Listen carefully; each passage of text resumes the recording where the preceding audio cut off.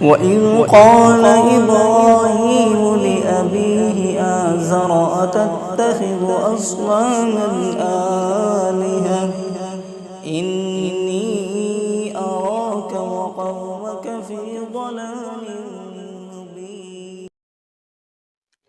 السلام علیکم ورحمۃ اللہ وبرکاتہ۔ دوستو، رمضان شریف مسلمانوں کے لیے اللہ تعالیٰ کا ایک نایاب تحفہ ہے۔ اگر آپ بھی اس بات کو مانتے ہیں تو آپ اس ویڈیو کو ایک لائک کریں۔ پیارے دوستو، یاد رکھیں، ہر مسلمان مرد اور عورت جو بالغ ہوں، جو اپنے ہوش و حواس میں ہوں، اس پر رمضان کے روزے فرض ہیں، یعنی کہ اس کے لیے رمضان کے روزے پورے مہینے کے روزے رکھنا ضروری ہے، اور کوئی ان کی فضیلت کا انکار کرتا ہے تو وہ کافر ہے، اور بنا وجہ روزے چھوڑنے والا سب سے بڑا گنہگار بھی ہے۔ پیارے دوستو، آج کی اس ویڈیو میں ہم آپ کو بتانے والے ہیں ایسے لوگوں کے بارے میں جو اگر رمضان کے مہینے میں روزے نہ رکھیں تو ان کو کوئی گناہ نہیں ہوگا، یعنی کہ ان لوگوں کو رمضان کے مہینے میں روزے نہ رکھنے کی چھوٹ ہے۔ اس لیے آج کا یہ ویڈیو آپ سبھی کے لیے بہت ہی خاص ہے۔ اگر آپ ان لوگوں کے بارے میں جاننا چاہتے ہیں تو آپ ہماری اس ویڈیو کو آخر تک ضرور دیکھیں، اور مہربانی کر کے اس ویڈیو کو ثواب کی نیت سے شیئر کیے تاکہ رمضان میں ہر ایک مسلمان کے پاس یہ ویڈیو پہنچ جائے۔ نمبر 9، نابالغ بچہ۔ پیارے دوستوں، جیسا کہ آپ سبھی کو معلوم ہے کہ روزہ ہر انسان پر فرض ہے جو بالغ ہو اور اپنے ہوش و حواس میں ہو۔ اس کا مطلب یہ ہے کہ روزہ نابالغ پر فرض نہیں ہے۔ اگر کوئی نابالغ بچہ روزہ نہ رکھے تو اس کو کوئی گناہ نہیں ہوگا، یعنی کہ اس کو روزہ نہ رکھنے کی چھوٹ ہے۔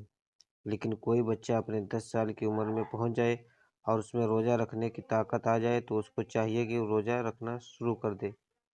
نمبر 8، جس کی جان جانے کا خطرہ ہو۔ دوستوں، اگر کوئی شخص کسی کے پاس اپنے ہاتھ میں تلوار لے کر آ جائے اور کہنے لگ جائے کہ تم نے اگر روزہ رکھا تو میں تمہاری گردن اڑا دوں گا، یا پھر میں تمہیں مار دوں گا، اس طرح سے اگر کسی کی جان کا خطرہ آ جائے تو ایسی صورت میں انسان روزہ چھوڑ سکتا ہے، یعنی کہ جب ایسی صورت پیدا ہو جائے تو اس کے لیے روزہ نہ رکھنا جائز ہے، لیکن اس وجہ سے اس کے جو روزے چھوٹ رہے ہیں اس کو چاہیے کہ وہ چھوٹے ہوئے روزوں کو بعد میں یعنی کہ ان کو قضا کر لے۔ نمبر 7، مسافر کا ہونا۔ پیارے دوستوں، مسافر کہتے ہیں اس شخص کو جو سفر میں ہوتا ہے۔ ایسا شخص بھی اگر سفر کی حالت میں ہے تو روزہ نہ رکھے تو اس کو کوئی گناہ نہیں ہوگا، یعنی کہ مسافر کے لیے بھی روزہ نہ رکھنے کی چھوٹ ہے۔ مگر اب یہاں پر ایک بات آتی ہے کہ سفر کیسا ہونا چاہیے، تو ہم آپ کو بتا دیں کہ جو سفر 42 کلومیٹر سے دور کا ہو اور کم سے کم 15 دنوں کی نیت کر کے گھر سے نکلا ہو تو ایسے مسافر کے لیے روزہ نہ رکھنے کی چھوٹ ہے، لیکن جب اس کا سفر پورا ہو جائے تو پھر اس کے لیے روزہ رکھنا ضروری ہے۔ یہاں پر ایک بات اور یاد رکھیے، اگر کوئی شخص سفر کی حالت میں ہے، اگر وہ یہ کہہ دے کہ میں تو روزہ رکھوں گا، میرا سفر تو آرام کا ہے، تو یاد رکھیں ایسا شخص بھی سفر کی حالت میں روزہ رکھ سکتا ہے، اس کا روزہ ہو جائے اور بہتر بھی ہے۔ اگر سفر آرام کا ہے تو روزہ رکھ لینا چاہیے، لیکن اگر نہ بھی رکھے تو کوئی گناہ نہیں ہوگا۔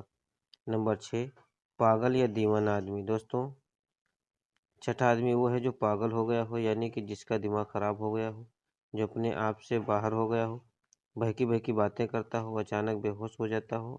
ایسے انسان کے لیے بھی رمضان کے مہینے میں روزہ نہ رکھنے کی چھوٹ ہے، یعنی کہ اگر ایسا پاگل آدمی روزہ نہ رکھے تو اس کو کوئی گناہ نہیں ہوگا، مگر ایسے انسان کو بھی چاہیے کہ اگر بعد میں اس کا دماغ ٹھیک ہو جائے، جب وہ تندرست ہو جائے تو چھٹے ہوئے روزوں کو قضا کرے۔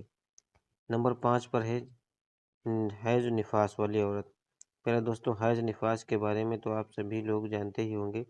حیض کہتے ہیں جو عورتوں کے ہر مہینے میں مخصوص دن آتے ہیں، اور نفاس کہتے ہیں بچہ جننے کے بعد جو خون نکلتا ہے اس کو نفاس کہتے ہیں۔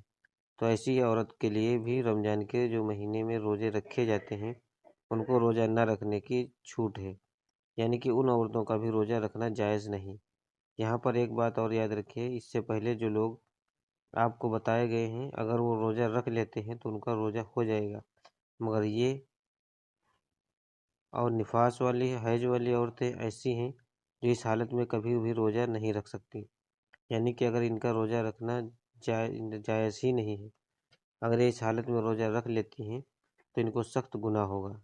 لیکن ہاں، جب ایسی عورت پاک صاف ہو جائے تو ان کو چاہیے کہ وہ بعد میں ان